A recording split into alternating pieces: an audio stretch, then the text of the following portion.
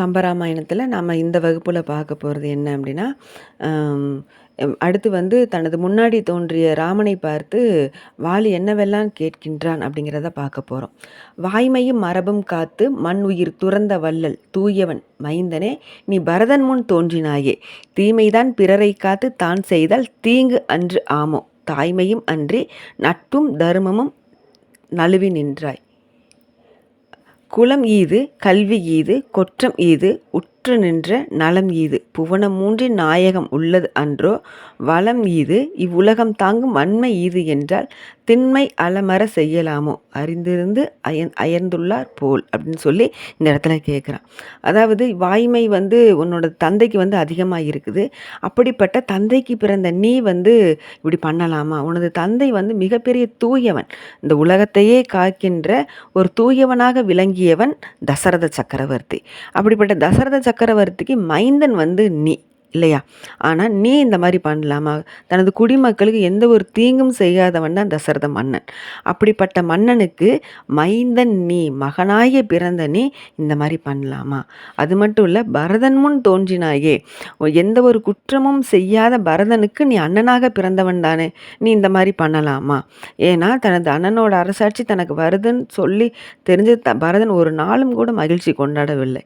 போய் காலில் விழுந்து கேட்குறான், நீ வந்து காட்டுக்கு போகக்கூடாது, ராமன் வந்து காட்டுக்கு போகக்கூடாதுன்னு சொல்லிட்டு காலில் விழுந்து கெஞ்சியவன் தான் பரதன். நான் அந்த அரியணையில் ஏறி நான் அரசாட்சி பண்ண மாட்டேன், உனது இடத்துல நான் உட்கார மாட்டேன் அப்படின்னு சொன்னவன் தான் பரதன். அப்போ இப்படிப்பட்ட நேர்மையாளன் பரதன், அப்போ தூயவன் தசரதன், நேர்மையாளன் பரதன். பரதன் கூட பிறந்திருக்க, தசரத சக்கரவர்த்திக்கு மகனாக வந்து இருந்திருக்க. அப்போ இப்படிப்பட்ட நீ வந்து இப்படி சொல்லலாமா? மற்றவங்களுக்கு பூரா தீமை எதுவும் நடக்கக்கூடாது அப்படின்னு சொல்லிடுறதுல நீ ரொம்ப வலுவாக இருக்க, தீமை நடக்கக்கூடாது அப்படிங்கிறதுல. ஆனால் நீயே வந்து இப்படி ஒரு தீமை செஞ்சால் அது அறமாக போயிருமா? ஒரு மறைஞ்சிருந்து ஒரு வீரன் மேலே அம்பு எய்துறது எப்படி அறமாகும்?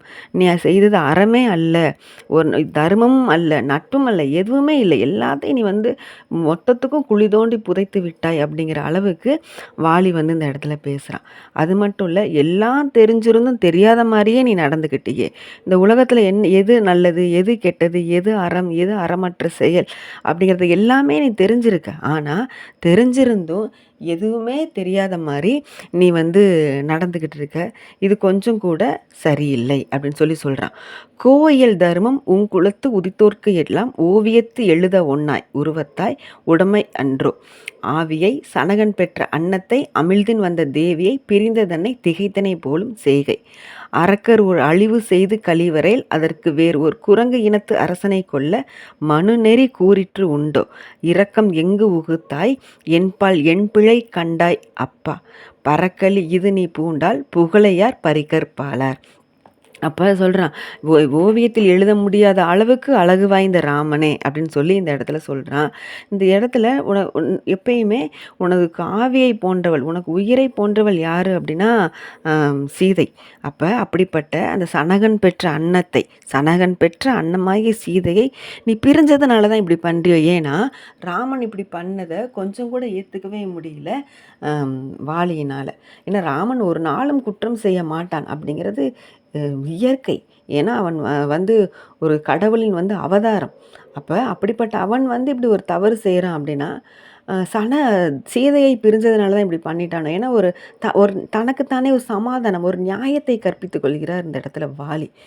ராமன் பண்ண மாட்டான், ஒருவேளை இதனால தானோ அப்படின்னு சொல்லிட்டு ஒரு சமாதானமான ஒரு வார்த்தை வந்து அவனோட மனசுக்குள்ளே வருது. சனகன் பெற்ற அன்னத்தை வந்து நீ பிரிஞ்சதுனால தான் வந்து இந்த மாதிரி ஒரு திகச்சு போய் இந்த மாதிரி ஒரு செய்கையை பண்ணிட்ட. அது மட்டும் இல்லை, அரக்கர் வந்து உனக்கு ஒரு அழிவு செய்கிறாங்க அப்படிங்கிறதுக்காக நீ வந்து அவங்கள எதுவும் பண்ணாமல், அந்த இடத்துல அரக்கர் அப்படிங்கிறது யாரை குறிக்குது அப்படின்னா ராவணனை குறிக்குது. ராவணன் வந்து உனக்கு ஒரு அழிவு செஞ்சுட்டான் அப்படிங்கிறதுக்காக நீ வந்து அந்த பகையை தீர்க்கிறதுக்கு நீ என்னைய தான் கொல்லணுமா? நீ அவனை தானே ஏதாவது நீ பண்ணியிருக்கணும்.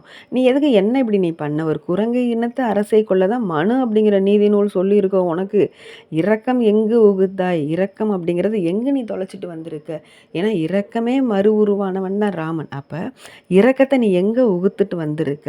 நீ என்ன ஏன் பழி வாங்குன? நீ பழி வாங்க வேண்டியவன் ராவணன். அப்ப நீ அவனை பழி வாங்காம, நீ என்ன வந்து நீ பழி வாங்கலாமா? அப்படின்னு சொல்லி இந்த இடத்துல வாலி ராமனை பார்த்து கேட்குறான். இரக்கம் எங்கு உகுத்தா? என்பால் என் பிழை கண்டாய், என் மேலே நீ எங்கே வந்து பிழை கண்டாய் சொல்லு அப்படின்னு சொல்லிட்டு இந்த இடத்துல வாலி ராமனை பார்த்து மறுபடி பேசுகிறான்.